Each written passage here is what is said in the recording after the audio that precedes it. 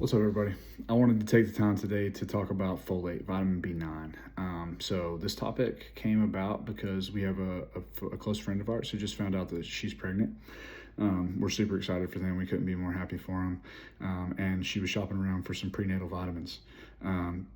So I helped her out with that, being a Thorne ambassador. I was like, hey, we got to go through Thorne. We got to get the proper version for, my little niece or nephew that's coming. And so, I pointed her in the right direction. But I also came to the realization that I think we always associate folate with just pregnancy, just neural tube deficiencies and all the problems that can arise. And while that is super true, it's involved in so many other things. And so I kind of wanted to break some of that down. So folate is, it's important for DNA repair, red blood cell production, oxygen delivery. If athletes are low in folate, they can start to feel fatigue, really poor conditioned, slower in recovery. This is going to be super crucial for my athletes who are in hypertrophy blocks. And so, we're in that tissue remodeling, the tissue gain phase. Maybe we're lacking some micronutrients. We're going to start to feel that fatigue. We're going to start to feel like our red blood cells aren't doing us any justice. And so where do we get folate from? So we get folate from food. It's in fortified food. It occurs naturally in some food. It's higher in legumes, so your beans, dark leafy green vegetables, some citrus foods are going to have a high folate in them. But once you eat the food, it still has to go through conversion and absorption and stuff like that. And really, that's where the problem with folic acid comes in.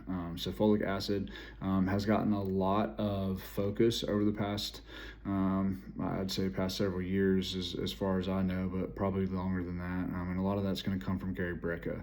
So Gary Brecka kind of popularized, the genetic testing. At least in my mind, that's who I've seen talk about it the most through his company.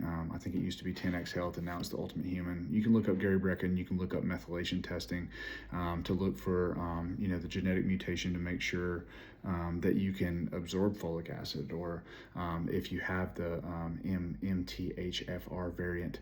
And so that's going to make it's going to reduce your conversion efficiency. And that doesn't mean that folic acid is useless, but it does mean that methylfolate can be more useful. So you'll notice on the back of a good supplement brand, I'm going to use Thorne for an example again because I'm an ambassador, is the version of folate that you're going to see from them is going to be L5 methyl tetrahydrofolate. And so 5-methylfolate for short is going to be the version that is readily bioavailable. So as soon as you take that supplement, as soon as you take that vitamin, it's going to be ready to punch through and go to work for you. And that's important because clinical trials are going to show, and I'm going to list these underneath for the description. I'm never going to make a video and spit out data and not give you the sourcing.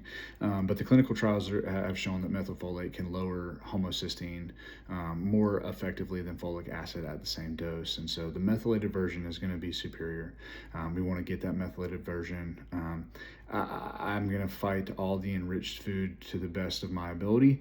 I don't buy any enriched things. There's no enriched food in my house. We cook sourdough bread. We don't buy traditional bread, which is going to have stripped flour and stripped nutrients that are going to then be added back for enrichment's sake, right? And the enrichment, for all of its bad and all the hate that it got, enriching with folic acid, once they stripped wheat and took it of its natural glory, it did cut down on NTDs.